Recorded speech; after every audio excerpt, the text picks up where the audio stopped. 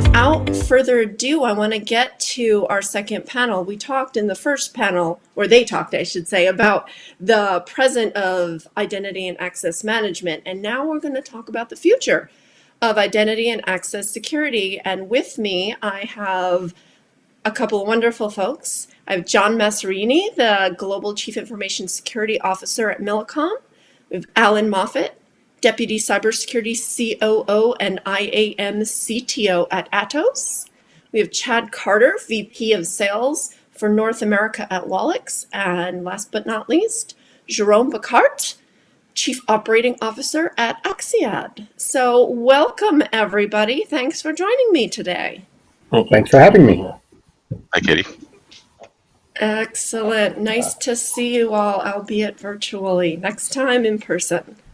Let's start with a little bit of a high-level question. So as Ed discussed, he mentioned at the beginning of the event earlier today, identity has been called the, quote, new perimeter.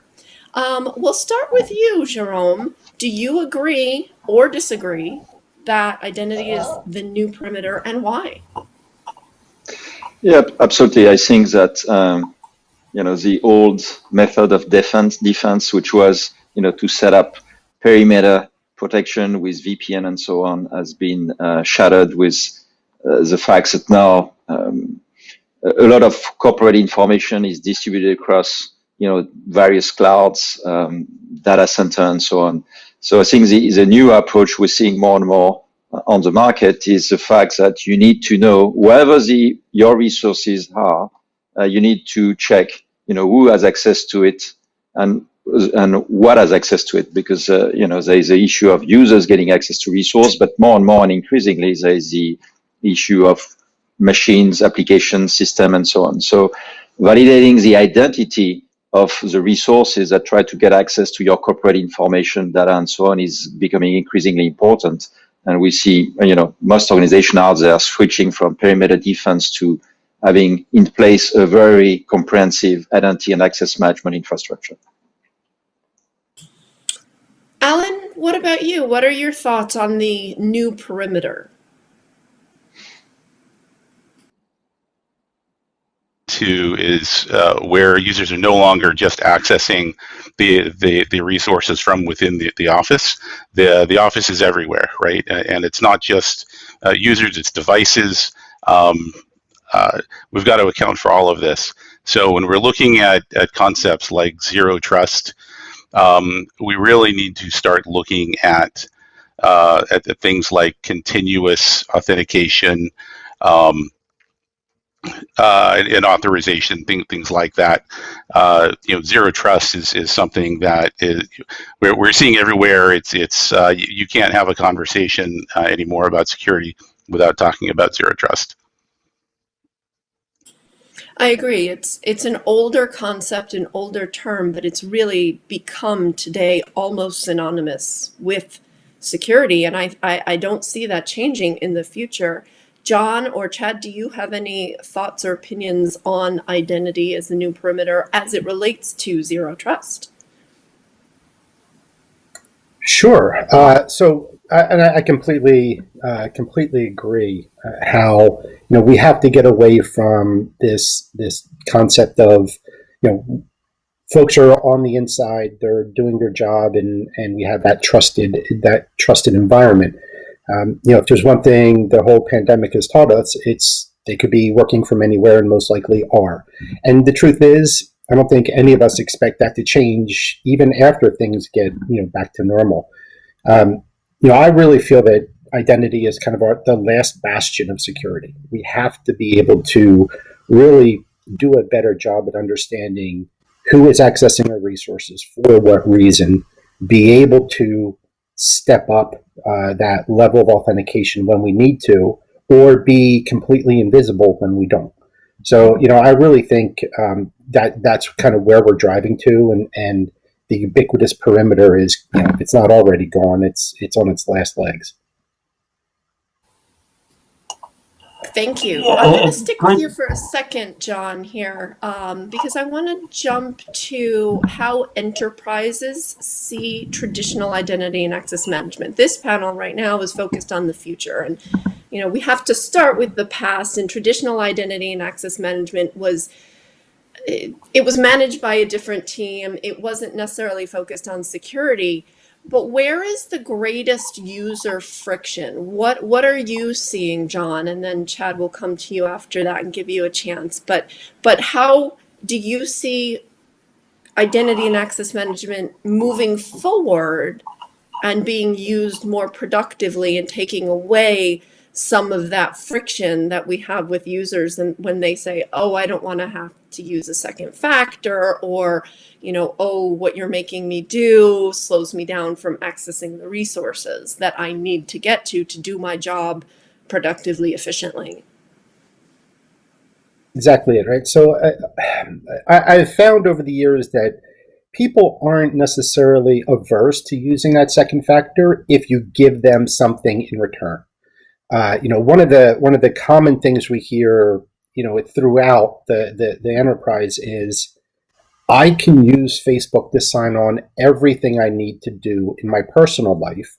Why can't we have that same model on our work life, right? Maybe not with Facebook, maybe not with Google, but why can't I just have one identity that, can get to all of the accounts? And, conceptually, we kind of think that is single sign-on, but it's more than that, right? It's a way to get rid of that friction. It's, if you use some of those social media services, when you go to change your password or when you go to change settings in your account, it then says, okay, give me the extra credentials. That basic functionality is very hard to find in today's enterprise. And I think that's really kind of what's driving certainly us and where we want to go, right? We want to mimic their personal experience. We want to make it frictionless and only require those, multi-factors or those additional tokens when, they're processing that payment, when they're trying to do something that's kind of out of the norm. And so, Chad, you obviously work for a company that provides secure access. What are you seeing when you talk to customers? Where can they reduce the friction? What do they want to see in the future? I think, bringing it back to a couple of your earlier points, mixed with this one, with, John's point, the new perimeter kind of started a couple of years ago with BYOD, bring your own device to work. And that kind of faded out. And now what we keep calling the new norm, as John said, I don't think it's going back anytime soon. So it is the norm.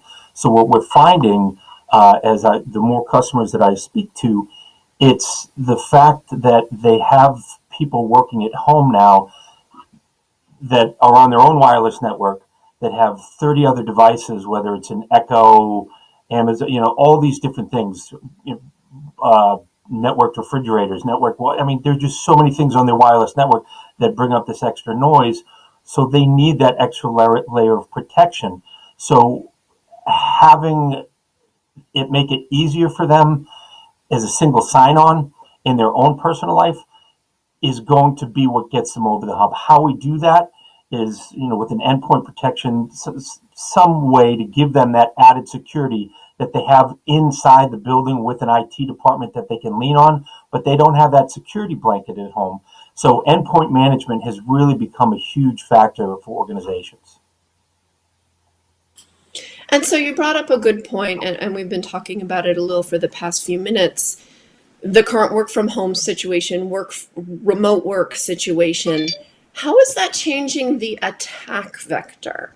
What is that doing for cyber criminals? What are their new access points? Are they able to take advantage of lax identity security? We'll start with you, Alan.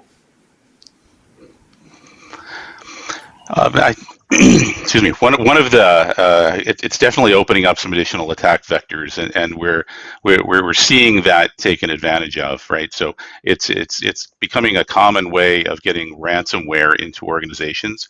If I'm logging in from my computer at home, and I'm not taking care of security on my computer at home, and it gets compromised, and that compromise can then pass along to the network at work if we don't have the proper controls in place. So we need to make sure that we're taking care of not only the access from our known devices, but also from these other devices that people are starting to log in from. And Jerome, what do you think? There are, as we talked about, there could be 50 devices at home that are all connected. And when we were preparing for this panel, I was asked, oh, can you plug in to a physical cable? I don't actually have a physical cable at my house. I would have had to go out and buy one. I've been wireless for years on every device. So what does that mean? How does it give attackers an advantage, or doesn't it give an attacker an advantage?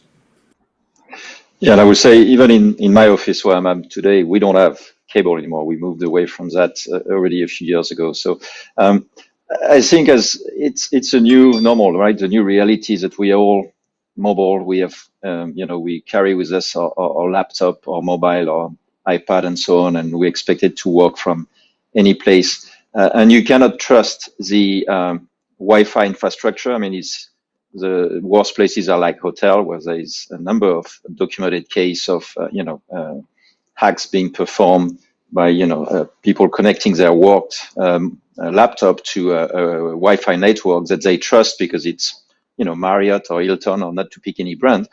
Nobody is safe. So you cannot trust the network you're connecting to. You are not anymore within the perimeter of the enterprise where you can trust that your IT team has done the right thing and protecting you. So that's the authentication and how do you prove your identity to the resource you're connecting to is really the first line of defense. This identity, this authentication piece. And that's to me now part of the foundation of any cybersecurity strategy. Most of the customer we're talking to today, you don't need to explain to them that a password is problems. They need to move to MFA. Now we see more the discussion around, what MFAs should I use? And going back to one of the points you were making is how do I implement security without impacting my end users? Because security is great, but if it impacts your end users and they waste time in terms of their productivity, they complain or they try to find a way around it, then you're failing. So the good news now is that I think there are a number of MFA method, authentication method, that do not impact the end user. And as I think John was saying earlier, you also can use risk-based authentication where you don't continuously ask your end users to authenticate. You can, depending on what they are doing, the level of risk of the transactions they are trying to do or the information they are getting into, you can do step-up authentication and this type of thing. But I also wanted to go back to one of the points before when we talk about single sign-on and the idea of having one identity or one identity credential. I think that's great. That's a great vision for the future. And for example, in the authentication space, you've got this standard called FIDO, which is gaining a lot of traction, but it's not the reality today. Today, one of the challenges we're seeing with our customer is that you don't have any one identity credential that can be used, to replace all of the passwords that as an end user you're going to use to, log into your machine, log into your VPN, log into all the application you're getting into multiple cloud and so on. So I think it has been a little bit of a dream that some vendors are pushing up front saying, use my credential, get access to everything. That's not reality yet. So I think as security vendors and also on the IT side, what you need to do is try to look at all of your different use cases and try to find solutions that address most of them in a consistent way or work together in the right way. And again, I think the thing we're seeing in terms of concern from our customer is that there's users, but then there's all these non-person entities, these machines, these system and applications that you need also to worry about. So spending time upfront to really look at the needs of all these entities that connect to your resources is really critical in order to make the right decision in terms of the solutions that you need to address these challenges. So you bring up a good point, and I'll throw this out to the group. identity isn't just human identity. It can be machine identities. It can be, system to system communication. Where do some of the challenges crop up when you're talking about next gen access or privileged access? Where are the problems that end users are seeing? And what are the problems, obviously looking from the WALLIX side, how are you tackling this from a platform vendor tool perspective? Who wants to go first? I'll grab it. So a couple things to address the point. What we're seeing and in my own experience in talking to customers is that employees are doing their work from home, accessing applications, but so much of and this is kind of why this is the new norm, is people have been pushed towards, wanting to be pushed towards working from home, and now they have that. Everything has become web-based, whether you're using, your Salesforce or whatever you're using for CRM, Outlook, Microsoft 365. But then you have some users who are logging directly into the application and not necessarily going through their corporation for that multi-factor authentication. So it's that disconnect between the IT team's trust in the employee, because the employee is supposedly, as John put it, they're using an unsecure, and Alan put it, using their own laptop. It's an unsecure laptop. So if you're not up to date on security practices or using your company's page to access specific applications, you're putting the whole company at risk, not only your private network, but the whole company at risk. So one of the things that we push to, that I mentioned before, pushing to our customers, is that endpoint management, or having that authentication key, so that it forces them, it takes away their local credentials. So you can no longer access, say, if I want to go to the WALLIX Salesforce page, I have to go through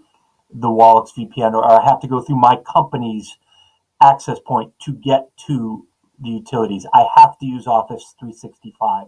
I can't use Microsoft, OWA on my laptop, because it doesn't have necessarily the same security precautions that we do as I go through the corporate page. So the biggest thing is getting your end user. Network security, end users are always typically the problem. And it's getting them to adopt a security practice that is, one, easy to use, two, easy to manage, but it's something that they can understand and see the value in it. As you're giving them something, you're getting something in return, as John put it.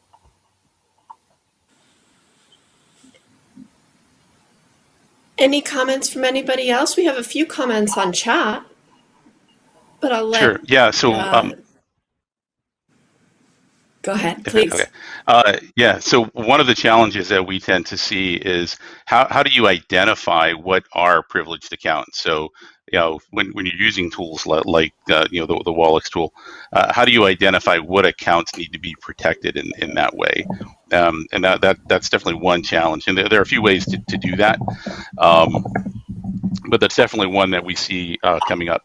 And in terms of in talking about the authentication topic for a second, one of the biggest sources of friction for some of those solutions is around registration.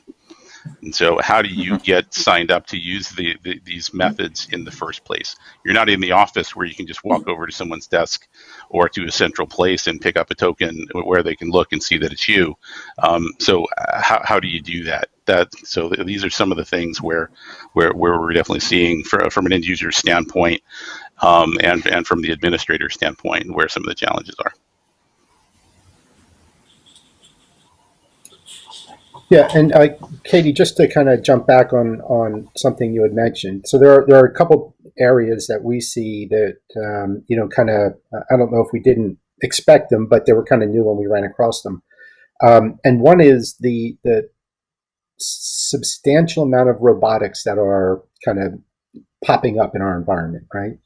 The finance team has they've invested in tools and services that will really kind of automate the process of what a lot of our financial folks do, or whether it's service provision or whatever. Those bots need access, right? So they're not the typical service accounts that you would normally see.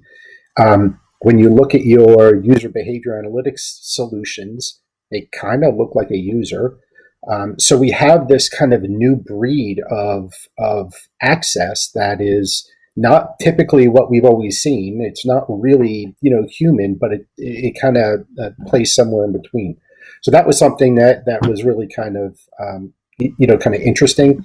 And just to touch on something Jerome had said earlier, one of the biggest challenges I think any of us see or any of us experience in trying to modernize our identity management infrastructure is we still have a lot of legacy equipment in our environments, right? Many of us are still running mainframes, which are limited to, alphabetical 6-character user IDs. So you can't use things like your email account or, just your name or whatever. So, there's this, we're trying to grow and trying to, move to the future and really kind of give all that functionality to our end users. But we still have to deal with this, hardware and infrastructure that is decades old. So that's kind of one of the big challenges I think a lot of people underestimate when they kind of start diving into this. If I can add to that, actually, two quick points. Completely agree with John, what John just said.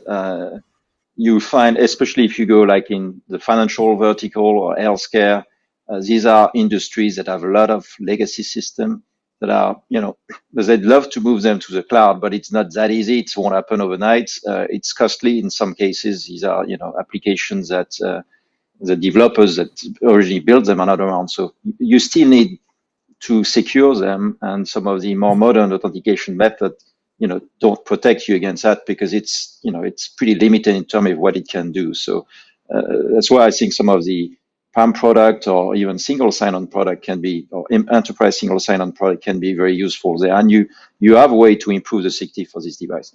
But I also wanted to follow up on a point that I think Alan made is around machine identity. So we see this, especially if we look at the future, this is becoming a very significant challenge as, now you're not talking about only checking who is accessing your corporate resources. You need to check what is accessing your corporate resource. And if there is already, some standards in terms of identity management and authentication in the user space with a number of initiatives there, in the machine space, and when we talk machine, it can be, a real machine like a Wi-Fi access point or a phone or something, but some of it are more like system or application. You don't have one standard, you don't have one API, so there is significant challenge there in terms of how do you find solutions that help you identify or authenticate this application or system that are connecting or requesting resources from your side. And also it's created a big scalability challenge, right? There are much more devices and entities connecting to your networks than people. And it's going to get, worse and worse in terms of the number of these things. So you need to find solutions there that can talk to all of this machine and device because there is not one standard out there. And also that can scale to that level. This is typically where we see a lot of interest and demand for PKI, which is quite well adapted for scalability. But the interface and, how do you validate that, these different entities are authorized to be there, that's what they are doing is something they are entitled to do, is a big challenge. And we see, going forward in the access management space, that's really one of the areas where we see a lot of innovation and expect more things to happen in the future. That's a really good point, and we've had a couple of comments here. No questions yet, but a couple of comments. One of our listeners said that the new frontier of cybersecurity is about securing digital identity, searching for the software processes or the hardware workload. So I think that just bolsters what several of you have said, and I think it's really an important point because identity is, its roles, its permissions, it's the systems themselves. And so we have to think about identity in this new way. Do you all think that end users understand that the people that are trying to secure these systems really understand that? I mean, our clients that we talk to, we work with very large companies, and nonetheless, there's still some confusion among what an identity is and what it means. I think we're getting there, but are we there? How much longer do we have to go? John, I see you. I see a look on your face. I'll go to you first. Do I have an hour? So, and it's funny because I'm actually reading some of the chats right now, and your question in one of the chats kind of tie closely together, right? So, no, I think we still are very much in this world of we are, account focused and not identity focused, and that's kind of really one of the biggest challenges, and honestly, where I've spent a lot of my time is educating our folks about the difference, right? And there is a big difference. And when I look at identity, we're able to kind of determine risk based on identity. Now, yes, account access and roles certainly play a part of that, but so does the machine identities that the user has access to. So it's a multi-dimensional cube. But when one of the chat comments was this legacy concept of two separate accounts, one for system administration and one for normal everyday kind of workload. And I think we're stuck there because we're not in the identity space yet, right? We're still transitioning from this concept of account access to this concept of identity. And once we get the ability to, universally do step-up authentication or risk-based authentication, and I go, you know what? Mary needs access to admin this box, so we're going to ask for two-factor, and when she's done, it's going to go away. That is where I think we all want to go, but I think we're still, arguably years from that. But I think that has a lot to do with because of all the legacy that's in our infrastructure right now, right? If everything I had was a service that I could get on the cloud, I think we'd be in a very different world. But I guess more directly to answer your question, I don't think most people understand the difference between an access account and identity. And until we get that up as a broader scope, I think we're going to kind of be behind the eight ball a little bit. Alan, you had a point to make. Sure. So just to add to what John was saying there, the challenge of just correlating identities to accounts and particularly when it comes to things like service accounts, where there may not be a direct mapping to a specific user, and how to handle those is something that tends to be very difficult for some organizations. Service accounts in particular is an area that we see as very problematic in terms of how those are being handled. They tend to be one of the biggest areas of exposure as we're talking about risk and compromises and things like that. It's very, very common that we find where someone has installed, for example, a copy of SQL Server for something 10 years ago for an application and never got around from changing the default password or even an initial password that they set at that time.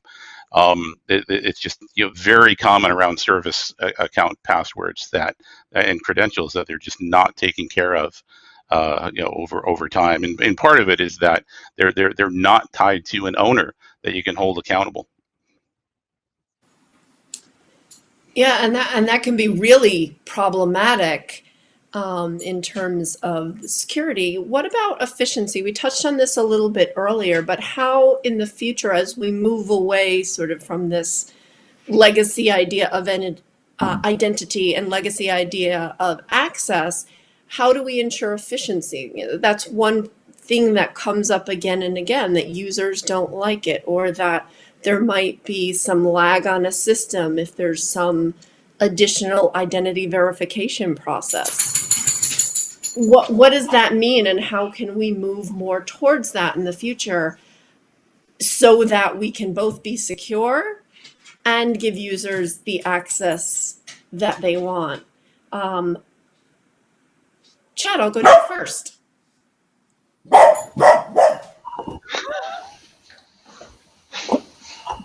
That wasn't me. Well said. So a couple of things, Katie. What you mentioned was, and it was touched upon a little bit, that I think end users, normal end users don't know the difference, but privileged end users do know the difference because they've been dealing with this kinds of things. And to bring up, John's point, and your point on legacy gear, we deal with customers all the time, especially when you're looking at manufacturing or financial institutions that have legacy backbone. Like we have banks that still run ATM as a backbone technology, which, the main company, Force Systems, have been out of business forever.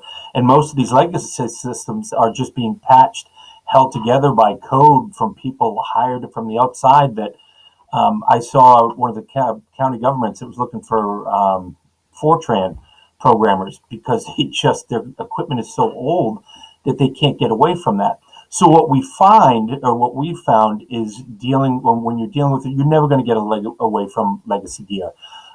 Business it costs too much to just rip the Band-Aid off, not necessarily in the cost of the equipment itself, but the reason they don't get rid of these things is because they don't quite know exactly what would happen if they just flipped the switch and tried to turn it back on again.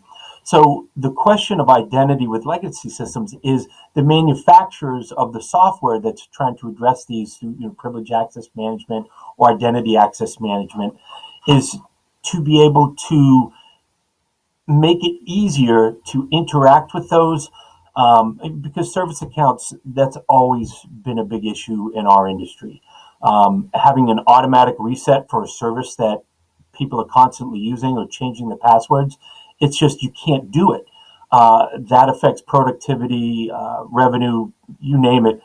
Resetting these service accounts, it's an issue that's trying to be addressed, and we're coming real close. There's a lot of different things happening. But to get rid of the legacy gear, it's not changing. I think it falls on us or the manufacturers of these applications that to make it more accessible or easier for the end users to integrate these things into their solutions.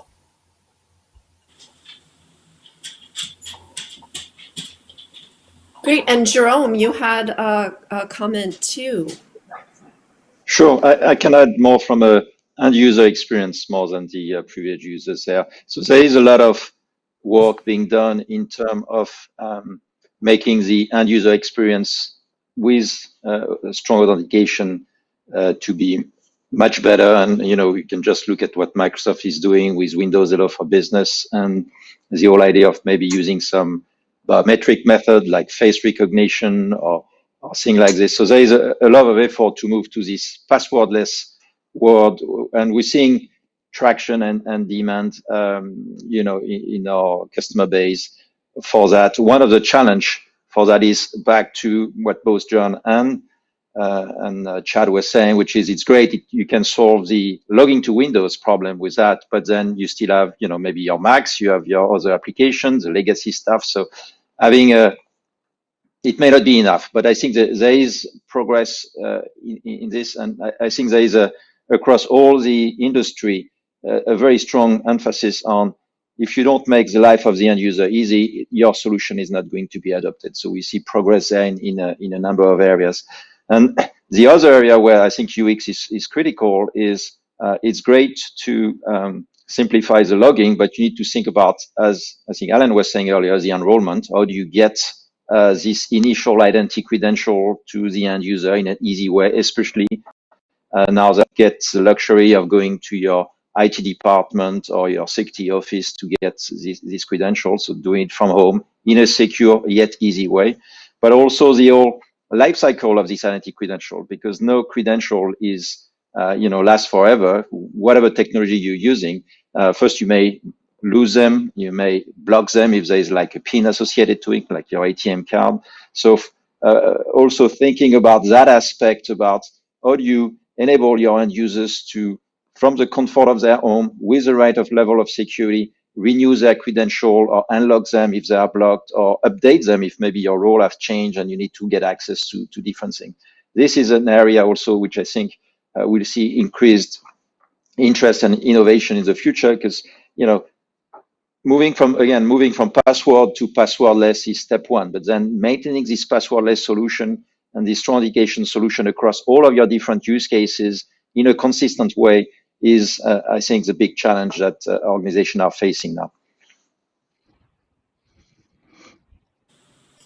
All right, just to add to what Jerome was saying very, very quickly, one of the things that you can do to just make it more enticing for the end user is give them something out of it, right? So if you're making things easier for them, it's not just the initial point of registration and potential renewals of how they're authenticating, but it's also how they're requesting access. So make it easy for them to request access, make it quicker for them to get access to various things. You can handle a lot of the complexity behind the scenes, but the smoother you can make that process, so they just want to get in there, get into the application, do their job, and move on to something else. And the easier you can make that process, the better. Excellent. We have a question that just came in as you were speaking. So the question is, how does the panel see the adoption of SAML 2.0 with a CIM being leveraged to support identity and provisioning as a standard for cloud services or providers? And how will this change as some vendors still use only non-standard or proprietary databases or services?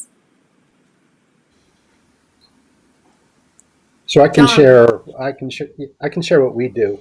So both of these requirements will be in SCIM has been in our requirements, in our RFP requirements, and the update to SAML 2.0. The whole package is going to be rolled out next year. So whenever any of our business units go to market for a solution, the expectation is, we will at least start looking for this functionality.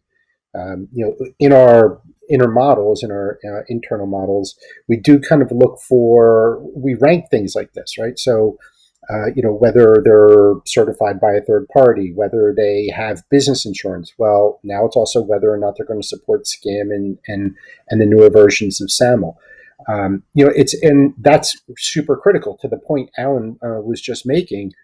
We have to find ways to manage these identities and really kind of, it's a whole life cycle. It's not just validating who the new user is. It's being able to, make a determination when we should close the account, right? Because look, most likely we won't know if the people are still around or not. So how do we either suspend the account or close the account? So especially dealing with cloud providers and third parties, functionality like SAML and SCIM are going to be critical, and quite frankly, the vendors who don't support it are going to probably learn pretty quickly that they're losing business because they're not.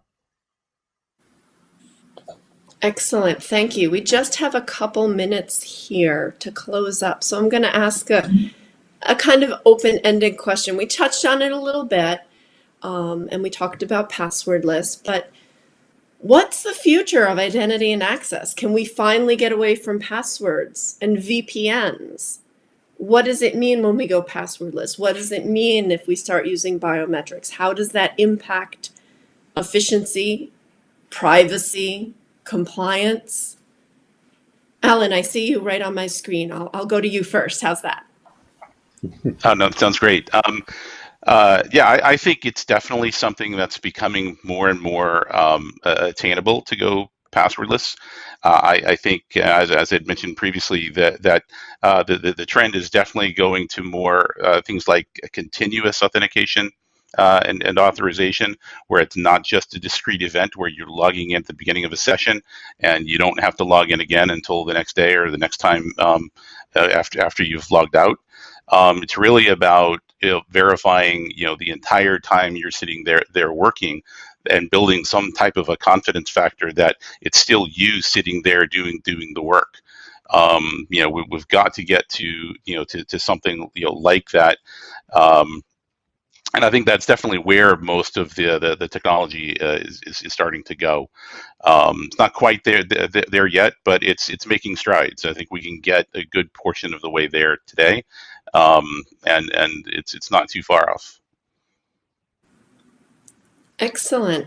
We'll go to Jerome next. Your thoughts on the future of identity and where it intersects with access and privacy and compliance and this whole new digital transformation.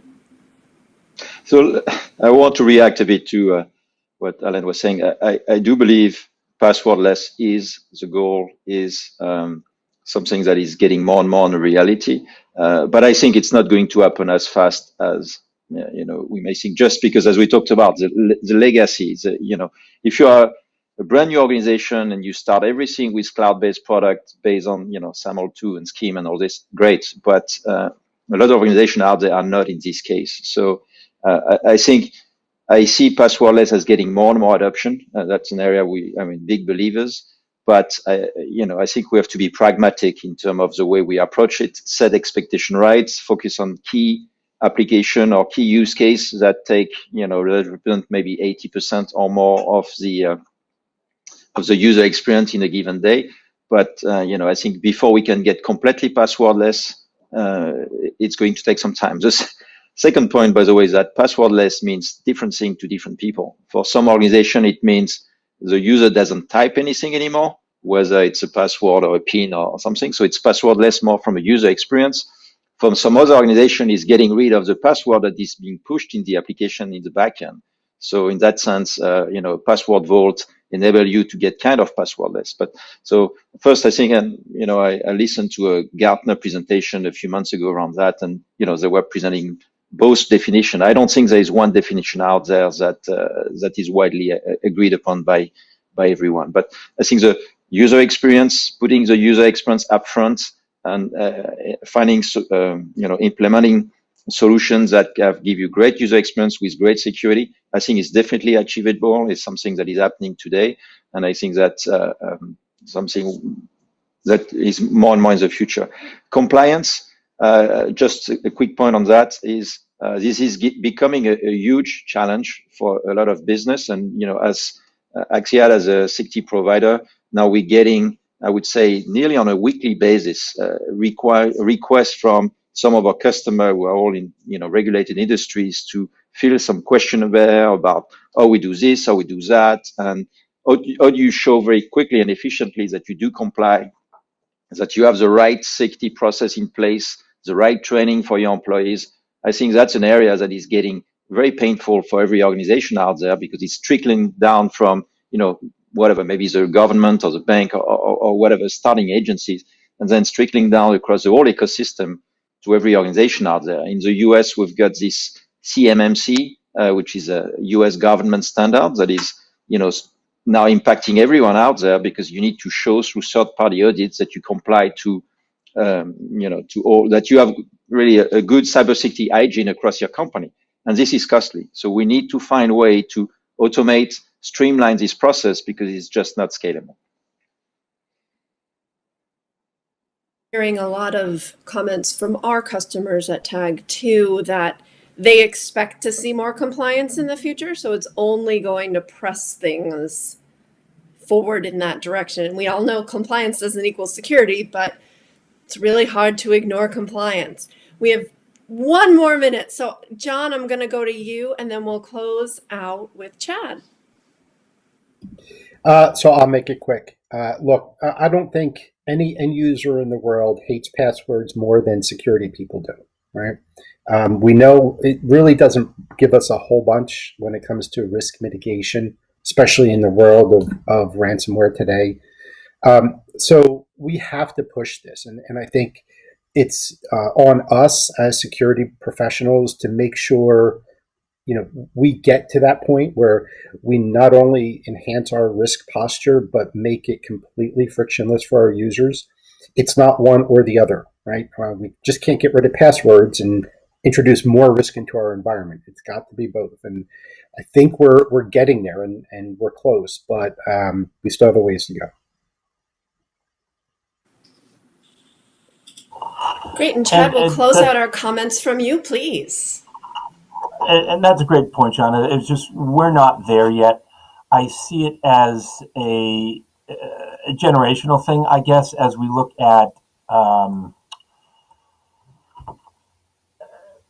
where we're at as digital transformation, as you're going to what is the new norm and trying to adjust to these things. You can't get rid of passwords. We've seen nightmares with biometrics.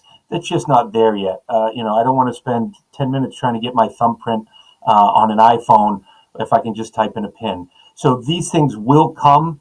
I think it's just a matter of time and patience, but we're just not going to change the infrastructure overnight. And I think that's the issue, is changing the infrastructure to adjust to the passwordless versus just saying, hey, we're passwordless now. So it's coming, but not tomorrow.